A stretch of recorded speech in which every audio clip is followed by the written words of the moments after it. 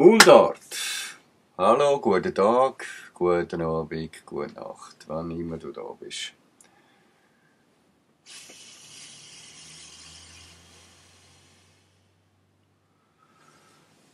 So, jetzt habe ich mal ausgeschnauft. Mit Rauch natürlich, dass ihr es gesehen habt. Das passiert mit der Maske. Die ganze Zeit, wenn ihr im Schnaufen sind. Ihr habt jetzt gesehen, wie sich das Ganze verteilt hat. Es sind Bakterien drin. Spätestens nach 30 Sekunden hast du einen Sauerstoffmangel bereits. Und nach ein paar Minuten kannst du das an deinem Finger, an welchem du willst, dann auch messen. Sauerstoffmangel heisst, man kann noch weniger denken. Man wird hirnlahm. Bakterien heissen, man gefährdet sich selber, dass man irgendetwas aufbaut, eine Krankheit aufbaut, innerlich. Und man gefährdet alle rundum, dass die auch etwas abbekommen von dir. Kannst du mir also mal irgendwie verständlich erklären, was da dran solidarisch soll sein? Wenn man andere damit krank macht und sich selber gerade auch, und dümmer gerade auch, weil weniger Sauerstoff heisst dümmer, das ist bei jedem Menschen so. Du wirst nur beschränkter, je weniger Sauerstoff das du bekommst. Das ist einfach klar. Und ein bisschen Vernunft kann man doch auch von einem Menschen erwarten, der nur noch digital unterwegs ist und nur noch irgendwie da einfach frisst, was ihm die Medien vorlegen. Ein bisschen selber denken kann noch jeder Mensch, oder? Hören wir damit auf, verweigern wir jetzt die sogenannte Maskenpflicht. Und zwar, bitte tönt euch in Gruppen zusammen, geht in die ÖV in Gruppen und legen keine an. Machen die Leute aufmerksam, dass sie das sind, wo Bakterien in dieser ÖV verteilen, wo andere können krank machen. Machen sie aufmerksam auf Probleme, wo da sind. Und kommen an Kundgebungen, wo immer das sie sind, wenn es um die Befreiung geht und ums Zurückholen von unseren Rechten.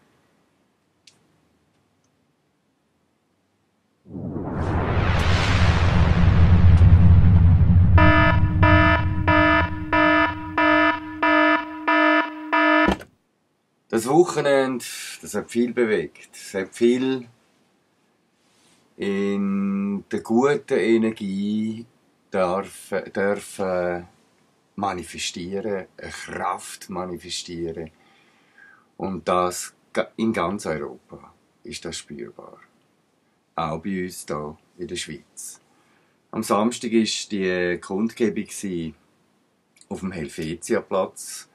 Die nicht bewilligte Kundgebung sondern die nicht bewilligte Kundgebung vom 6-Leute-Platz, wo aus Polizeikreisen im Vorfeld allerdings gesagt worden ist, man toleriere das. Das habe ich so vernommen. Und es ist eben nicht toleriert worden. Ich finde, die Lobhudelei, die man jetzt da im Moment hat, dass man mit der Polizei dann gut kann, weil man ja angewiesen ist wegen der Bewilligungen etc. und so. Nein, man geht mit jedem Mensch menschlich um und dann geht das. Fertig. Tönt euch bitte nicht anbiedern. Tönt euch nicht anbiedern. Das ist kein guter Weg. Das bin ich ganz sicher, dass das kein guter Weg ist. Es hat Polizeikreise, wo uns nicht gut gesinnt sind. Und es hat Polizisten, die sind uns gut gesinnt. Das ist ganz klar. Und ich wollte jetzt da nicht irgendwie in die Welt rausschreien, dass alle in den Leitungen, also in den Kader von den Polizisten oder Polizei, da irgendwo daneben ziehend. Nein, aber gewisse, und da ist jetzt gerade die Einsatzleitung zum Beispiel, wo da gewisse Sachen durchsetzt, obwohl sie juristisch Kenntnis haben, dass das Ganze, was da läuft, nicht haltbar ist. Und dann eben gleich mitmachend und dann da Druck gebend. Also, ja, im letzten Beitrag habe ich geschrieben, die Polizei wird von denen da oben, also ich finde das eben nicht ohne, die sind bei mir da zu unterstunden. Also das sind so niedrige Wesen, die da diktieren. Das ist ja unglaublich. Dass von denen genötigt werden und sie dann aus dem Grund uns nötigen. Also ist das, es ist eine Kettenreaktion, immer. Oder? Es ist immer eine. Es ist auch mit dem Maskentragen eine. Oder? Wenn die Leute mal wirklich wieder zur Vernunft kommen, und um das geht es doch, um nichts anderes, ein bisschen vernünftig sein, oder? Wer in Angst denkt, wird gelenkt. So sieht es aus. Wenn die Leute wieder zur Vernunft kommen, dann glaube ich, merken sie auch, was da mit diesen Masken wirklich im Sinn haben. Es geht nicht darum, irgendwer zu schützen. Ganz im Gegenteil sind solche Lümpen im Gesicht ein schädlicher Faktor im Leben. Für einen selber und für die Mitwelt und die Umwelt. Es macht krank, nicht es haltet davon ab. Das ist es. Und das ist, die Lüge, die ist schon lange aufgedeckt. Und die Lüge mit dem PCR-Test ist auch schon lange aufgedeckt.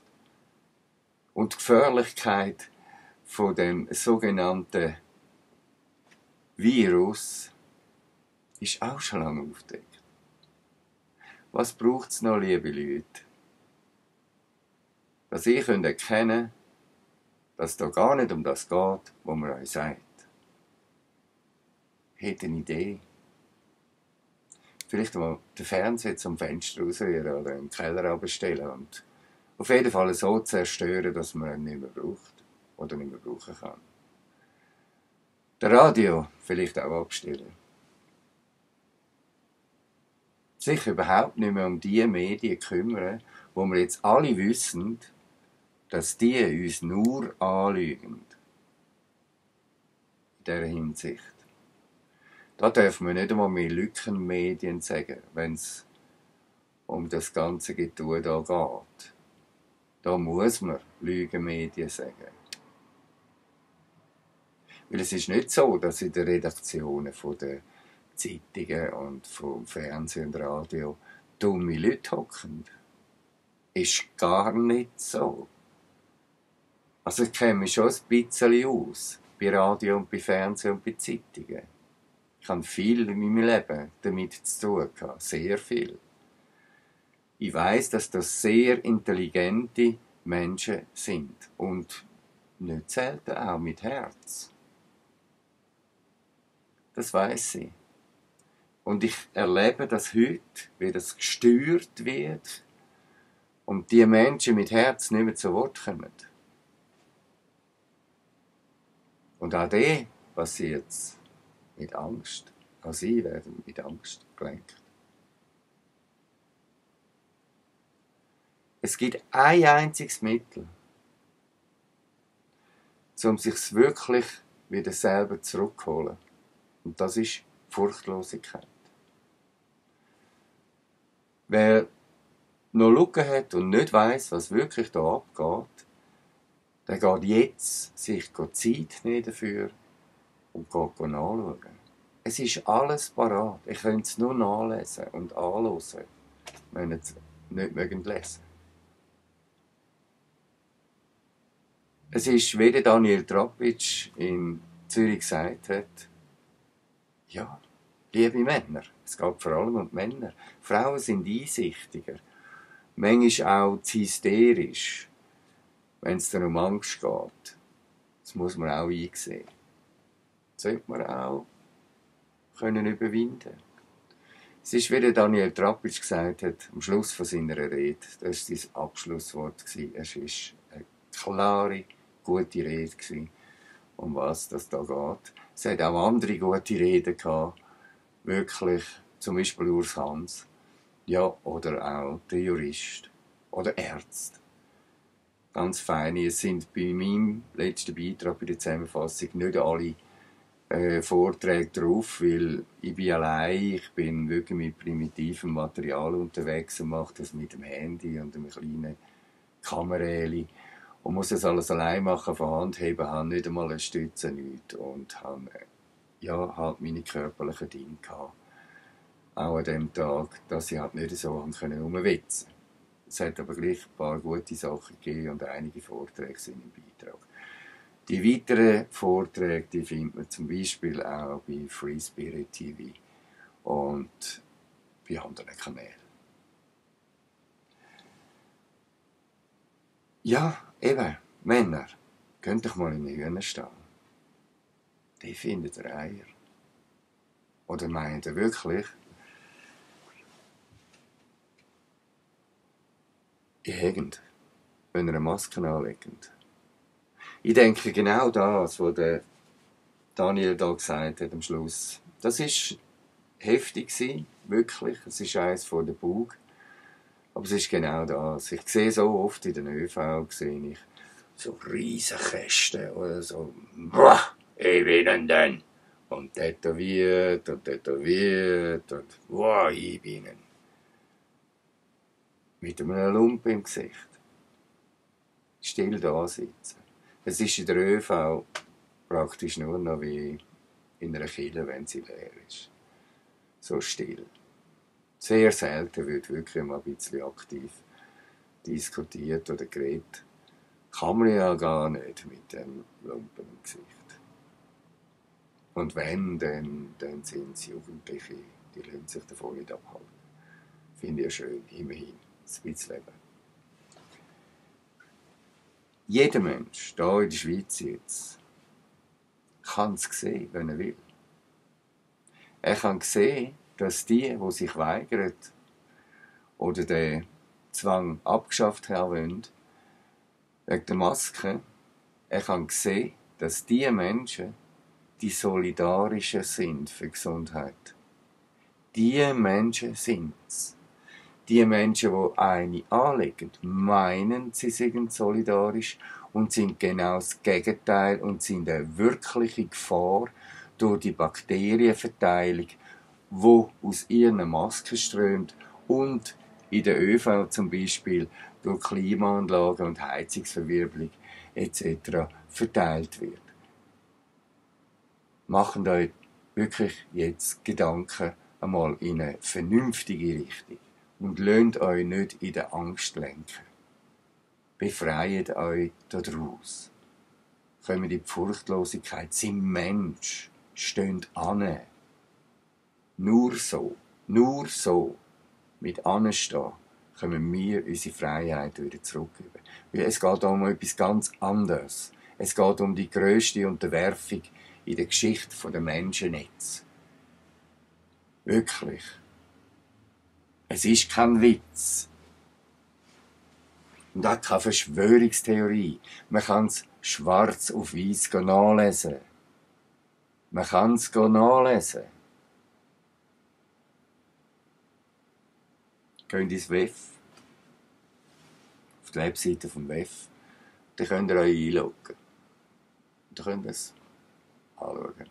Es gibt auch im Internet Filme, wo sich jemand eingeloggt hat, zum Beispiel Ärzte, und ganz klar sagen, was da los ist. Das könnt ihr auch so machen. Ihr könnt euch informieren. Wenn ihr ein bisschen etwas mehr wissen wollt und in Zweifel sind, dann macht das. Wenn ihr so verbockt drin sind in der Angst, dann holt euch noch jemand anders Hilfe. Dann braucht ihr es nicht. Wir sind viel. Und wir sind in Zürich zwischen 3.000 und 3'500 Leute. Das war es. Das war nicht die ganze Zeit so. Mal ein bisschen weniger, mal mehr wahrscheinlich nicht. Das war das Maximum, denke ich. Und in Berlin, was ich angeschaut habe, das sind Millionen. Das sind Millionen, ganz klar. Wie viel genau, ja, weiss ich jetzt auch nicht, aber es kann 2,5 bis 3 Millionen gehabt haben. Ist möglich. Ist möglich. Am Sögen mal anfangen zusammenzählen, die verschiedenen Plätze. Da kommt man schon auf etwas. Und in Zürich war es so, Antifa war ein laues Lüftchen, neben auf der Straße gegenüber, mit ein paar Doofen, wirklich Doofen, transparent. Und ja, halt, ich muss es wieder betonen, für alle, die es noch nicht wissen, Antifa heisst ja eigentlich Antifaschismus.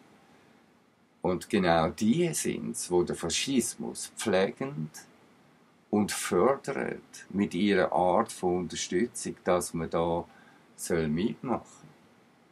Das kann man nicht so sehen in der Vernunft. Das geht nicht. Ist nicht wahr, so etwas. Das ist faschistisch. Und die nicht Faschisten sein wollen, zeigen sich als die grössten Faschisten. Da stimmt doch etwas ganz gehörig nicht. Ja, es ist eben die Zeit, wo wir drinstecken, wir alle. In dieser Zeit wird so oft 180 Grad das Gegenteil gesagt, was gemacht wird. Das gehört in die Zeit. Und gleichzeitig ist die Zeit auch ein Spiegel von uns selber. Zeigt eigentlich alles auf, was wir da wirklich so kacke gemacht haben. Ja, und lustigerweise hat es wieder einen Haufen Spalter. Sobald das da mal ein paar einstehen, kommen die mit dem Spalthammer. Und dann gibt es natürlich auch die Professionellen, die meinen, es gibt Private oder Behaupte, kann man es gerne so sagen, Professionelle, die sich selber als professionell da hinstellen. Und es gibt keine auf die. Das gibt's. Das zu unterscheiden ist nicht immer so einfach. Und das interessiert mich irgendwie auch nicht. Die Trollgeschichten, also, ja, es kommt ja alles zurück. Zu jedem und jeder. Es ist ein Ping-Pong-Spiel. Das Spiel mit den geistigen Energien, mit der Resonanz. Und wenn man das ein bisschen durchschaut, dann kann man auch ein bisschen förderlich unterwegs sein. Und dann ist man auch abseits vom Faschismus. Dann ist man im Leben. Dann ist man im Frieden. Dann ist man auch in der Liebe, was man als Herzkraft sieht. Und dann ist man gesund drauf und mit der Natur verbunden. Mit allem verbunden. Das haben halt Zombies, wie wir es teilweise auch genannt haben. Es klingt natürlich brutal, aber es ist ja brutal, was da geht. Unsere verlorene Generation, die wir seit Jahren jetzt davor reden, die ist eben so aktiv und die ist so lenkbar und natürlich auch käuflich. In der Antifa. Und das hat eigentlich mit dem Geist von der Kanzlei von früher oder auch von Ritschol und mit dem Geist von der Freiheit, wo wir eigentlich ankommen und wo wir eigentlich schon viel erreicht haben, muss man auch sagen, nichts mit zu tun. Sie sind von außen gesteuert. Sie merken nicht, dass sie gesteuert werden, dass sie gelenkt werden. Und sie haben das Gefühl, wenn sie irgendwie umschreien, Zeug umrühren, Zeug kaputt machen, dann sind sie eine Hilfe, dass wir die Freiheit erreichen können. Und dass die Welt gesünder wird. Nein, das sind sie eben nicht. Denn es ist ein total falscher Weg.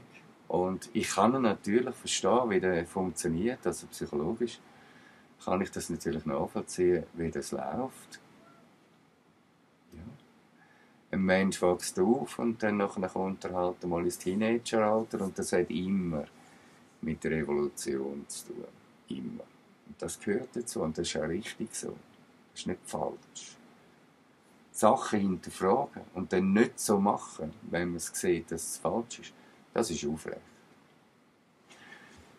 Aber schaut doch mal bei der Antifa, wie viel das da tatsächlich auf der gesunden Schiene sind. Also ich würde mich getrauen, zu sagen, 90% von denen sind Fastfood-Liebhaber. Schletzen sich die wieder einen Burger hinterher oder die wieder Energy Drinks oder Bier und Bier und Bier.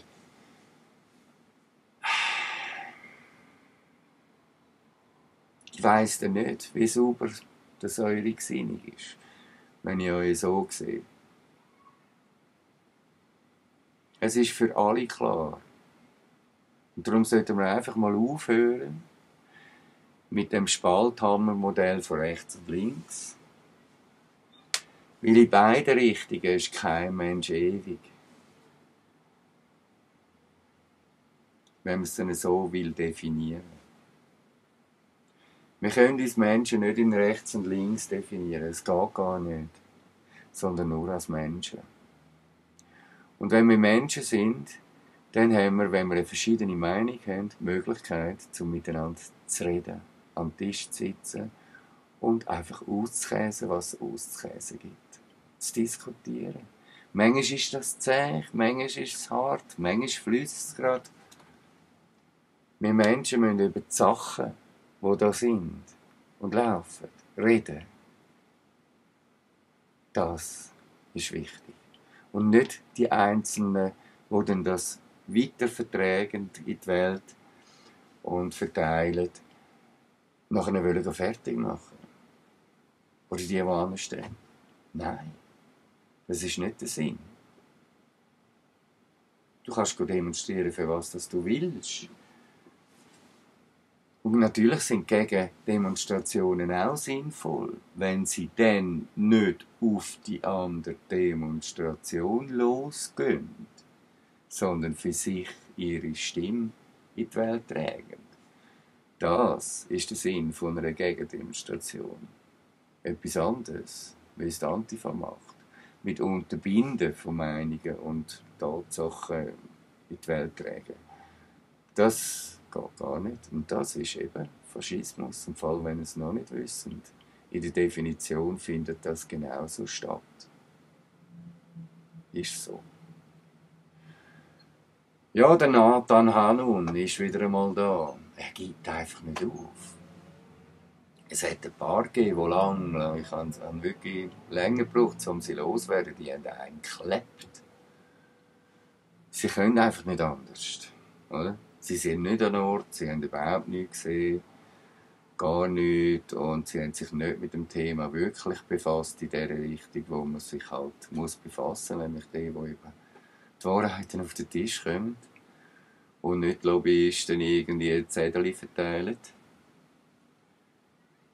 Er schreibt, lieber Diro, Zehntausende waren da, naja, ein paar waren es. Aber deine Zahlen sind ja ein Gefühl. Also was will man jetzt da unterstellen? Ich habe ganz klar im Beitrag gesagt, dass ich eine Erhöhung gefunden habe, dass ich Veranstalter bin und darum gelernt habe, mit Zuschauerzahlen umzugehen und mir Mühe gemacht habe, das zu zählen im Block. Und ich bin auf 3000 gekommen. Und es kann sein, dass es auch 3500 sind, sogar einmal auf dem Platz. Das war eine Spitze. Das ist alles im Beitrag ersichtlich. Er schreibt jetzt hier im Kommentar etwas ganz anderes, oder? Zehntausende, oder? Oder wo man so einfach dauernd irgendwie Sachen unterstellen, oder? Wo ich gesagt habe, wo ich gemacht habe. Und das macht man mit jedem. Mit jedem läuft es genau in dieser Art. Man tut irgendetwas reinstellen und dann hat der andere Mensch, der dann nachher den Beitrag noch nicht gehört hat, sieht jetzt gerade den grossen Kommentar von dem Nathan Hanun, oder? Liest er jetzt gerade dort, zuerst, Zehntausende waren da. Was erzählt denn der da? Und das unterstellt er ja mir. Also ist der Beitrag dann nachher für den anderen, der neu kommt, vielleicht dann nicht glaubwürdig. Schon von Anfang an. oder? Schon mal irritiert. So läuft das. So läuft das. Und ob er es wirklich weiss, was er da macht, da bin ich mir nicht einmal sicher. Es gibt so viele verblendete und verirrte Menschen. Ich kenne ihn nicht. Ich habe ihn noch nie gesehen. Und noch nie eine Begegnung gehabt. Ich habe nur jetzt seit einiger Zeit ihn immer wieder da mit dem Muster, das ich jetzt da beschreibe. Zehntausende waren da. Naja, ein paar waren es, aber deine Zahlen sind ja ein Gefühl und dafür bist ja nur du verantwortlich. Nein, es ist kein Gefühl, es ist eine grobe Rechnung. Addition heißt das. Wie ich mal wieder feststellen muss, ist ein Unwissen, welches sich zum Beispiel in deinen immer wieder geführten Aussagen zur Polizei im Montur. Hast du eigentlich irgendeine Ahnung, was das heißt, seine Gesundheit bei jeder Demo zu riskieren? Also, ich habe sogar Bekannte, die Polizisten sind. Ja, gerade enge Freunde habe ich jetzt gar keine. Aber ich habe Bekannte, gute Bekannte, die Polizisten sind. Und ich habe auch, das darf ich mir attestieren, ich habe Demo-Erfahrungen. Und ich habe noch nie, in meinem ganzen Leben, noch nie einen Polizeieinsatz gesehen, derart schwer bewaffnet. Das war nicht nur wegen der Antifa. Das ist mal ganz klar, das muss man sehen. Die schwer bewaffnete Polizei hat friedliche Leute. Sie haben am Anfang gewusst, und das hat der Cortesi ja bestätigt, das haben sie erwartet, weil sie es gewusst haben. Also der Pressesprecher von der Polizei. Von Anfang an gewusst, dass wir friedliche Leute sind. Und sie kommen derart bepackt zwischen uns. Und mit derartiger Bewaffnung werden Personenkontrollen durchgeführt. Komm, bitte. Was wird mir da mir jetzt wieder unterstellen? Ich habe keine Ahnung von der Polizei. Natürlich habe ich eine Ahnung von der Polizei. Aber das ist eine ganz neue Art. Und kommt dazu, auf unserer Demo, die friedlich ist, wo es auch um Familie und Kinder geht, das sind ja logischerweise, und hören das auf zu verurteilen, hören das auf bei dieser Demo. Das zu vergleichen mit Berlin ist ein Quatsch. Es hat ein Beispiel gegeben, das sieht man gut, wo ein Vater mit Tochter oder Sohn auf der Schulter vor einem so einem schwer bewaffneten Polizist steht und der hat ihn dann weggeschubst. Er hat wirklich provoziert. Und das macht man nicht mit einem Kind. Das macht man nicht. Und bei uns, bei unserer Demonstration, hat es Familien gehabt, hat es Kinder gehabt und da hat jeder von denen hat ganz genau gewusst, dass er auf seine Kinder schaut und dass er solche Sachen nicht macht. Kinder haben an die Kundgebung auch gehört. Ganz klar. Und das hat auch die Polizei gewusst. Und da geht man nicht da rein, so schwer bewaffnet und traumatisiert Kinder. Das macht man nicht. Macht man nicht. Nein, das sind ja wie Bioroboter. Ist doch unglaublich. Und dann behelmt. Nicht der Helm irgendwie angehängt. Behelmt. Das macht man einfach nicht. Und das ist das, was ich verurteile. Aus einer Beurteilung raus. Das verurteile ich wirklich. Und unterstreiche noch. Das ist eine Sauerei, das macht man nicht. Und das ist bei uns da in der Schweiz bislang so nicht gewesen. Für solche Demonstrationen. Das ist es. Selbstverständlich haben sie uns zu schützen vor einer Gegendemo, wo Gewalt schon im Vorfeld so quasi wie deklariert hat. Das ist ganz klar. Logo. Das ist der Auftrag der Polizei. Und den muss sie erfüllen. Das wäre ganz tragisch, wenn sie es nicht würde. Dass sie aber in unsere Reihe so kommt, das geht nicht. Man hat in unserer Reihe, wenn wir Polizeikontrolle machen, wollen, oder hätte man ganz normale Polizisten können reinnehmen, die von mir aus halt, wie sie wollen, so einen Lumpen im Gesicht haben, aber nicht so bewaffnet. Das macht man nicht. Das ist eine grusige Provokation und eine Traumatisierung von Kindern. Das ist derart eine Sauerei, dass das eigentlich vor das Gericht sollte. Ist meine Meinung, stehe ich dazu. Ja, und er meint, dass Polizisten Gesundheit riskieren. Wegen diesen Menschen, wie wir sind. Nein, das stimmt nicht. Sie riskieren ihre Gesundheit wegen dem Lumpen. Das ja. Und wenn sie sich dann impfen lassen, dann erst recht.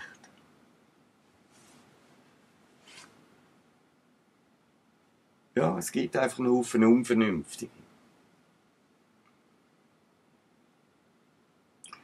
Weißt du, was es heißt, irgendwelche Irre davon abzuhalten, Krawall zu machen?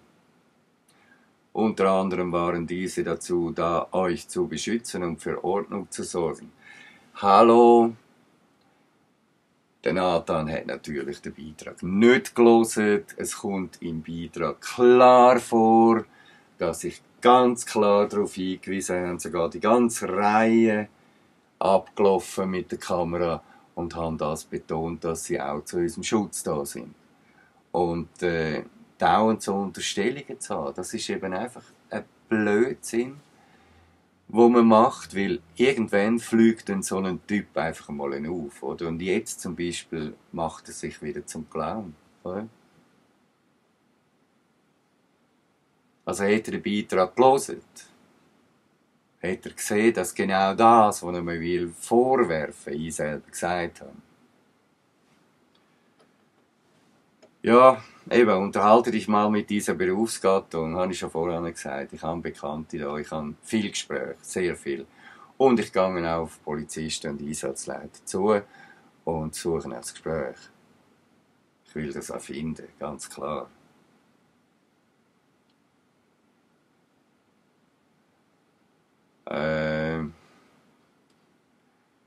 Kindergartenveranstaltung mit diesen paar Leuten, die dein Look an viel haben. Einfach Wahnsinn. Aha. Ja, ist halt nicht eine Weltstadt, so gross wie Wien oder so, Nathan. Ist halt nicht so gross wie Berlin. Und die Schweizer haben immer ein bisschen länger. Aber ich kann dir eins sagen.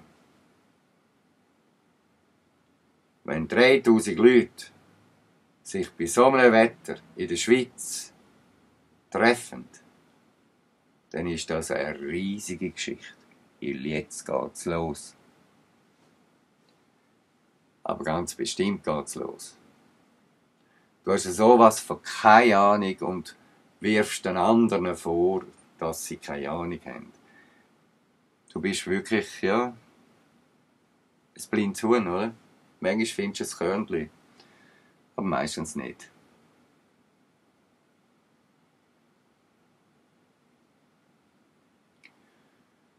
Ja, das Kindergarten nennen würde ich jetzt einfach mich nicht getrauen.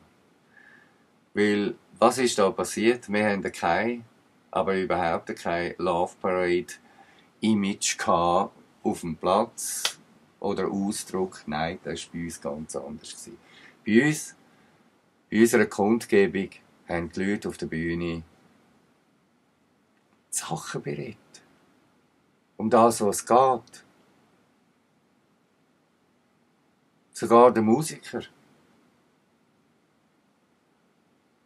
Es sind vernünftige Menschen mit Herzkraft und Geist auf der Bühne gestanden und haben ganz klar und sachlich geredet, was Sache ist.